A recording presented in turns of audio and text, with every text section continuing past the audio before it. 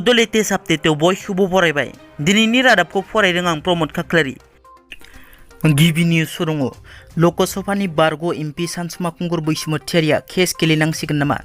थांनाय 8 आगस्ट खालार खालि बनसु आरो माखासे आफादफोरा गोदान दिल्लीनि जन्तर मन्तराव आलादा रायजो बड'लेण्ड सोमावसारहैनायाव दिल्ली पुलिसा सोमावसारनायखौ होबथानानै बनसुनि दैदेनगिरिफोरखौ हमनानै लांनायाव एबसुनि आखाइ दं होनना बारग' एमपि सानसुमा खुंगुर बैसोमुथियारि बिथाङा अजद खालामदोंमोन।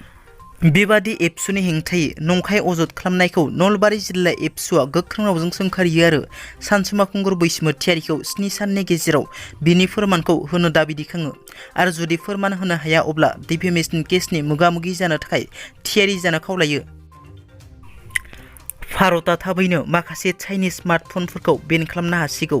मिथिनो मोननाय बादिब्ला भारतनि ब्रेन्ड जेरै माइक्रमेक्स, लाभा, कार्बन आरो बायदि बायदिफोरखौ सिगां फारसे आवगायहोनो थाखाय भारतआव 12,000 नि सिङाव एबा 12,000 नि खम बेसेननि चाइनिज स्मार्टफनफोरखौ बेन खालामनाय जासिगोन। चिरां जिल्लानि बेंटल सालबारियाव अन्थाइनिफ्राय दै गदों। थरसे अन्थाइनिफ्राय गनाय दैखौ लोङोब्लानो बेमार आजार हामो होनना अन्थाइनिफ्राय गनाय दैखौ लोंनो थाखाय सुबुंनि दैबाना। बे अन्थाइनिफ्राय गनाय दैखौ लोंनो रोजा रोजा सुबुंनि होंगो दोंगो, जायनि जाहोनाव पुलिस बिफाना होबथानो गोनां जानानै फैदों। थारैनो बे अन्थाइनिफ्राय गनाय दैखौ लोङोब्लानो गासिबो बेमार आजारा हामगोन ना ओरैनो मानसिनि खोमसि फोथायनायसो?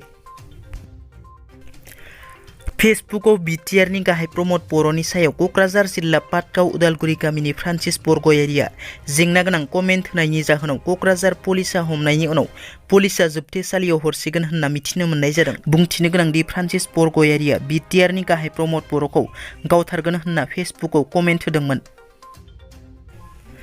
जों बयबो मिथिगौ थांनाय 8 आगस्टआव गोदान दिल्लीयाव एबसु, इउबिपिअ, एनडिपिपि, एनडिपिआर आरो एनडिपिएस मोनबा आफादफोरा बिटिआर गोरोबथानि दफाफोरखौ थाबैनो मावफुंनांगौनि थाखाय सा सानजानि जइन्ट सेक्रेटारि पियुष गयेलजों सावरायो।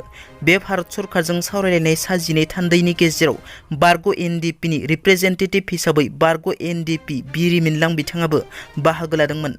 नाथाय सरकारजों सावरायलायनायनि उनाव बिरिमिनलां बिथांनि मोनसे फेसबुक पस्ट नुनो मोन्दों। बे पस्टनि गेजेरजों बिथाङा लिरोदि दिनै जेरैबायदि हमदांनो हाबाय भारत सरकार आरो आसाम सरकारा एनडिपिनि थाखाय जेबो मावनो गोसो गैया।